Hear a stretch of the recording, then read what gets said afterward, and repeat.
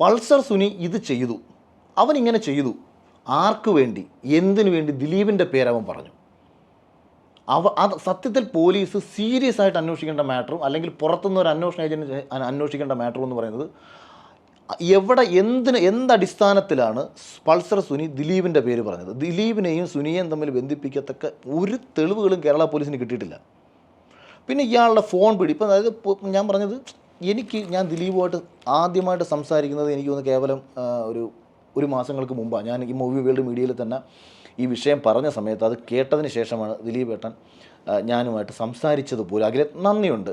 എല്ലാവരും ഇന്നല്ലെങ്കിൽ നാളെ സത്യം തെളിയും, ഒരാളെങ്കിലും മനസ്സിലാക്കിയിട്ടുണ്ടല്ലോ, എനിക്കത് സന്തോഷമുണ്ട്. ഇത് പറയാൻ വേണ്ടി മാത്രമാണ് എന്നെ വിളിച്ചത്. ഞാനും പറഞ്ഞ് സന്തോഷത്തിലാണ്. അതിന് മുമ്പ് ഞാൻ 2017 തൊട്ട് മാതൃഭൂമിയിൽ ചർച്ചയിൽ വന്ന് അന്ന് തൊട്ട് സംസാരിക്കുന്ന ഒരു മാറ്ററാണ് ഇത്. ഇവിടെ നിങ്ങളുടെ തന്നെ ഒരു ചാനലിൽ പോയൊരു സാധനമായിട്ടാണ് ഞാൻ കുറച്ചുകൂടി ക്ലാരിറ്റി ഇപ്പോൾ പറഞ്ഞത്. കാരണം വെറുതെ പറഞ്ഞു പോയിട്ട് കാര്യമില്ലല്ലോ.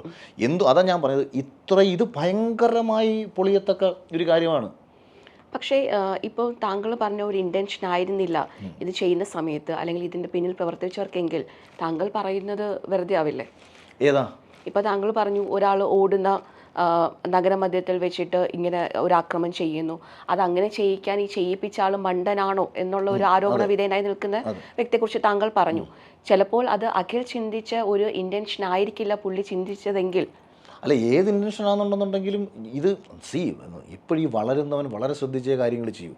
അടിസ്ഥാനപരമായിട്ട് ഈ ഒരുപാട് സക്സസ് ആയി നിൽക്കുന്ന ഒരു വലിയ വിവരക്കേടുകൾ കാണിക്കാൻ ശ്രമിക്കാറില്ല.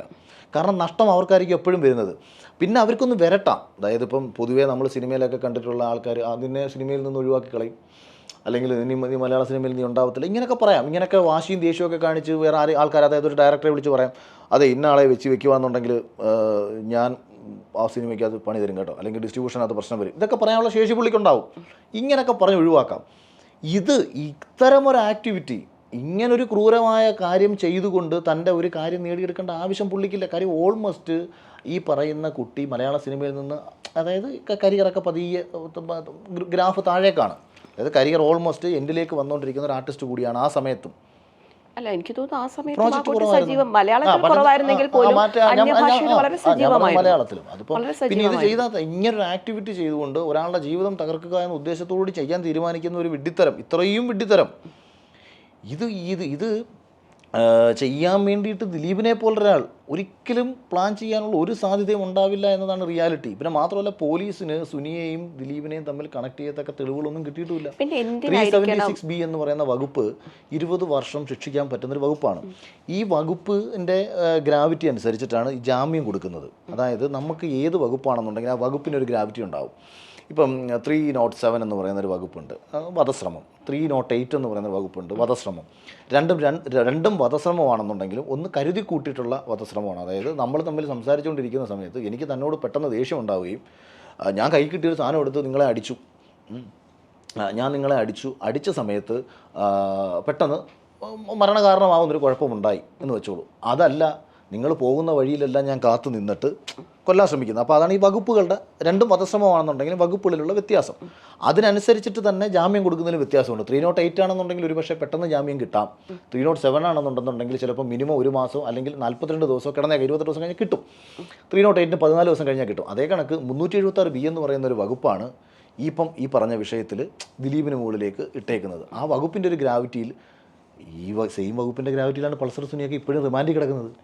റിമാൻഡാണെന്ന് ആലോചിക്കണേ, ഇത്രയും വർഷം റിമാൻഡാണ്. അത് ദിലീപിന് ജാമ്യം കിട്ടിയെന്ന് പറയുന്നത് തന്നെ കോടതിക്ക് ബോധ്യപ്പെടും. ഇല്ലെങ്കിൽ ദിലീപിനെ അതായത് ഒരു കാര്യം കൂടെ കണക്ട് ചെയ്ത് ഞാൻ ക്ലോസ് ചെയ്യാം. ഒരാൾ ശക്തമായി വളർന്നുകൊണ്ടിരിക്കുമ്പോൾ ആ വളർന്നുകൊണ്ടിരിക്കുന്ന ആൾക്ക് വലിയ ശത്രുക്കൾ ഇപ്പുറത്തുണ്ടായിക്കൊണ്ടേയിരിക്കും. ഇവരെല്ലാവരും കൂടി ചേർന്ന് ഒന്നിച്ചതായിക്കൂടെ എന്നും കൂടിയുള്ള ഒരു സംശയം. പിന്നെ ഇതൊക്കെ ബാക്കി കാര്യങ്ങളെല്ലാം തന്നെ ഇതേപോലെ ഒരു ഇൻ്റർവ്യൂവിൽ എനിക്ക് വന്നിരിക്കണം, അഭിമാനത്തോടുകൂടി വന്നിരിക്കണം. അന്ന് എല്ലാവരും അടിയിൽ കമൻ്റ് എഴുതണം, അഖിൽ മാരാർ പറഞ്ഞതെല്ലാം ശരിയായിരുന്നു. പക്ഷേ അഖിൽ, ഈ പറഞ്ഞൊരു സ്റ്റേറ്റ്മെൻ്റ് എന്ന് പറയുന്നത്, ഇപ്പം താങ്കൾ പറഞ്ഞു കേരള പോലീസ് ഭയങ്കരമായിട്ട് ഫാബ്രിക്കേറ്റ് ചെയ്യാൻ ലോകത്തെ ഏറ്റവും മിടുക്കുള്ള ഒരു ഡിപ്പാർട്ട്മെൻറ്റാണ് കേരള പോലീസ് ഡിപ്പാർട്ട്മെൻറ്റ് എന്ന്. കുറ്റം തെളിയിക്കാനും ഫാബ്രിക്കേറ്റ് ചെയ്യാൻ. അതെ. അപ്പം ഇങ്ങനെ ഒരു താങ്കളെ പോലെ, അല്ലെങ്കിൽ ഇപ്പം താങ്കൾ പറയുന്ന വാക്കുകൾക്ക് ചെവി കൊടുക്കുന്ന ഒരുപാട് ആൾക്കാരുണ്ട്. താങ്കൾ ഇങ്ങനെ പറയുമ്പോൾ നമ്മുടെ നിലവിലെ സിസ്റ്റത്തെ, അല്ലെങ്കിൽ കേരളത്തിലെ ജുഡീഷ്യറി ആണെങ്കിലും അല്ലെങ്കിൽ പോലീസ് ഡിപ്പാർട്ട്മെൻ്റ് ആണെങ്കിലും ഇത് ജനങ്ങൾക്കൊരു ഉപകാരപ്രദമല്ല, അല്ലെങ്കിൽ നിങ്ങൾക്ക് ഒരിക്കലും നീതി ലഭിക്കില്ല എന്നുള്ള ഒരു കോണ്ടന്റ് അല്ലേ താങ്കൾ കൊടുക്കുന്നത്? അല്ല, അങ്ങനല്ല. അതായത് ഇപ്പം പേര് മാറി പോലീസ് പിടിച്ചുകൊണ്ട് പോയി തല്ലിക്കൊന്നിട്ടുണ്ട്. ഉം. വാരാപ്പുഴയിൽ ശ്രീജിത്ത് എന്ന് പറയുന്നൊരു ചെറുപ്പക്കാരനെ പേര് മാറിയിട്ടാണ്, അതായത് മറ്റൊരു ചെറുപ്പക്കാരൻ്റെ പേരിൽ അവന് വേറൊരു പയ്യനെ, അതൊരു ദളിത് ചെറുപ്പക്കാരനാണ്, തല്ലിക്കൊന്നിട്ടുണ്ട്. മുടി മുറിക്കാത്തതിൻ്റെ പേരിൽ വിനായകൻ എന്ന് പറയുന്ന ചെറുപ്പക്കാരനെ പോലീസുകാർ അടിച്ചു കൊന്നിട്ടുണ്ട് എന്ന് കരുതി കേരളത്തിലുള്ള എല്ലാ പോലീസുകാരും ഇങ്ങനെ എന്നുള്ളതൊന്നും അല്ല അർത്ഥം. പോലീസ്, അതാ ഞാൻ പറയുന്നത്, ഒരേ സമയം തന്നെ കേസിനെ മനോഹരമായി ഫാബ്രിക്കേറ്റ് ചെയ്യാനും ഒരേ സമയം തന്നെ മനോഹരമായി കേസ് തെളിയിക്കാനും ഇവർക്ക് ശേഷിയുണ്ട്. പക്ഷേ ഇവരെല്ലാം സ്വാധീനത്തിലാണ്. ഓരോ കേസിൻ്റെ കാര്യങ്ങളിലും ഇവരെല്ലാവരും വ്യത്യസ്ത തലങ്ങളിൽ സ്വാധീനത്തിലാണ്. എന്തിനായിരിക്കണം ദിലീപിന് ഇപ്പൊ താങ്കൾ പറയുന്ന അനുസരിച്ചിട്ട് എന്തിനാ അത്രയും ഒരു തരത്തിലേക്ക് പോവേണ്ട ആവശ്യമുണ്ട്? വളർച്ച എന്ന് പറയുമ്പോൾ ഒരാളെ തകർക്കാൻ പല മാർഗ്ഗങ്ങളും നോക്കിക്കൊണ്ടിരുന്നു. ഇപ്പോൾ ഒരു കാലഘട്ടത്തിൽ ഇപ്പോൾ നമ്പി നാരായണൻ എന്ന് പറയുന്ന മനുഷ്യനെതിരെ ഇവിടെ കേസെടുത്ത് ഇട്ടതാരാ? അത് കേരള പോലീസ് തന്നെയല്ലേ? എത്രയോ കാലം ആ മനുഷ്യനെ വേട്ടയാടി. പിന്നീട് ഇപ്പോൾ അയാൾ അദ്ദേഹത്തിൻ്റെ ജീവിതം മുഴുവൻ നശിപ്പിച്ച് നാരായണക്കല്ലടിച്ച് കളഞ്ഞതിന് ശേഷം ഇന്ന് നമ്മളിരുന്നിട്ട് പറയുകയാണ്, അയ്യോ അന്ന് കാണിച്ചത് ശരിയായില്ല. ഇപ്പം ദിലീപിനെ അവർ എവിടെയാണ് ദിലീപിനെ ഒതുക്കേണ്ടത്? കൊച്ചിയിലെ നഗരത്തിലെ മലയാള സിനിമയെ നിയന്ത്രിക്കത്തക്ക ഒരു ശക്തിയായി ദിലീപ് വളരുന്നു. ഇവനെ ഏത് വിധേനയും പണിയണം, ഇല്ലെങ്കിൽ നമുക്കെല്ലാം നഷ്ടമാണെന്ന് കരുതി ഇപ്പുറത്ത് ഒരു സിനിമ പോലെ കണ്ടാൽ ഇപ്പുറത്ത് ഒത്തുകൂടുന്ന ഒരു വിഭാഗം ആൾക്കാർ.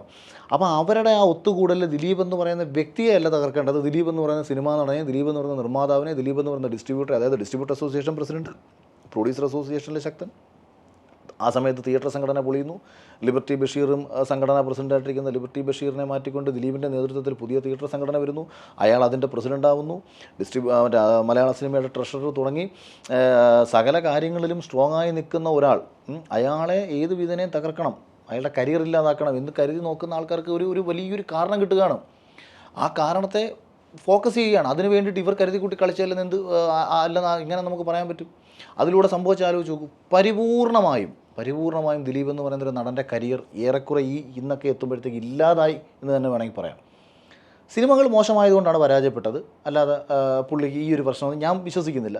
പക്ഷേ ഒരാളുടെ മനസമാധാനം നഷ്ടപ്പെടുത്തി ജീവിതം തകർത്ത് കഴിയുമ്പോൾ സ്വാഭാവികമായും അയാളുടെ ചിന്തകളെല്ലാം തന്നെ പാളിക്കൊണ്ടേയിരിക്കും. ഇനി ഈ കേസിൽ നിന്ന് പുള്ളിയെ കുറ്റവിമുക്തനാക്കിയെന്ന് വെച്ചോളൂ, ഇയാൾക്ക് ഈ നഷ്ടപ്പെട്ട കഴിഞ്ഞ 7-8 വർഷക്കാലം ആര് തിരിച്ചു കൊടുക്കും? അതാണ് ഉദ്ദേശിച്ചത്. പക്ഷേ എങ്കിലും നിയമ സംവിധാനങ്ങൾ, അല്ലെങ്കിൽ ഇത് ആക്രമണത്തിനിരയായ പെൺകുട്ടി, അല്ലെങ്കിൽ അദ്ദേഹത്തിന് ചുറ്റുമുള്ള ഇത്രയും വലിയൊരു ഫാബ്രിക്കേറ്റഡ് സ്റ്റോറി, അല്ലെങ്കിൽ വലിയ ഫാബ്രിക്കേഷൻ ഒന്നും ചെയ്യേണ്ടെന്നേ, ഈ വകുപ്പ് അടിച്ചു ചുമത്തിയാൽ മതി. അതായത് അപ്പം ഞാനിപ്പോൾ അന്ന് വിളിച്ചപ്പോൾ ദിലീപേട്ടൻ തന്നെ എന്നോട് പറഞ്ഞൊരു കാര്യമാണ്, അതിൽ എന്നെ ചോദ്യം ചെയ്യാം. അപ്പം ഇതിനകത്ത് ഏറ്റവും വലിയ രസകരമായ ഒരു കാര്യം, തെറ്റ് ചെയ്തിട്ടുണ്ടെന്നൊരു തോന്നൽ വരുന്നൊരുത്തൻ കേരള പോലീസ് ചോദ്യം ചെയ്യാൻ വിളിച്ചാൽ പോവും. ഇനി തെറ്റ് ചെയ്തിട്ടില്ലെന്ന് തന്നെ വെച്ചോ, ഇല്ല പോലീസ് നമ്മളെ കൊടുക്കാൻ നിൽക്കുകയാണെന്നൊരു തോന്നൽ നമുക്ക് വന്നാൽ നമ്മൾ മുൻകൂർ ജാമ്യം എടുക്കാൻ നോക്കും. അത് ചെറിയവനായാൽ പോലും മാറി നിന്നിട്ട് എങ്ങനെയെങ്കിലും ഒരു മുൻകൂർ ജാമ്യം എടുക്കാൻ നോക്കും. തെറ്റ് ചെയ്തിട്ടില്ലെന്ന് ബോധ്യം ഉണ്ടെന്നുണ്ടെങ്കിൽ ഇപ്പം എനിക്കതിൽ ഒരു സൈബർ കേസ് കൊടുത്തു. ഞാൻ അന്നേ ദിവസം എറണാകുളത്ത് നിന്ന് വണ്ടി ഓടിച്ച് തിരുവനന്തപുരത്ത് നിന്ന് ഞാൻ ആ പോലീസുകാർ എന്നെ 5 മണിക്കൂർ ചോദ്യം ചെയ്തെന്ന് വേണമെങ്കിൽ പുറത്ത് പറയാം. കാര്യം ഏകദേശം 5 മണിക്കൂറോളം ഞാൻ ഉള്ളിലുണ്ടായിരുന്നു. ഞങ്ങൾ വെറുതെ തമാശയും പറഞ്ഞ് എനിക്കെതിരെ പരാതി കൊടുത്ത ആളുടെ കാര്യങ്ങളിലും അതിൻ്റെ മറ്റു കാര്യങ്ങളിലും ഒക്കെ പറഞ്ഞ് ഞങ്ങളിങ്ങനെ ചുമ്മാതെ പല വിഷയങ്ങളും സംസാരിച്ച് അവിടെ ഇരുന്ന് ഇറങ്ങിപ്പോരുകയാണ് ചെയ്തത്.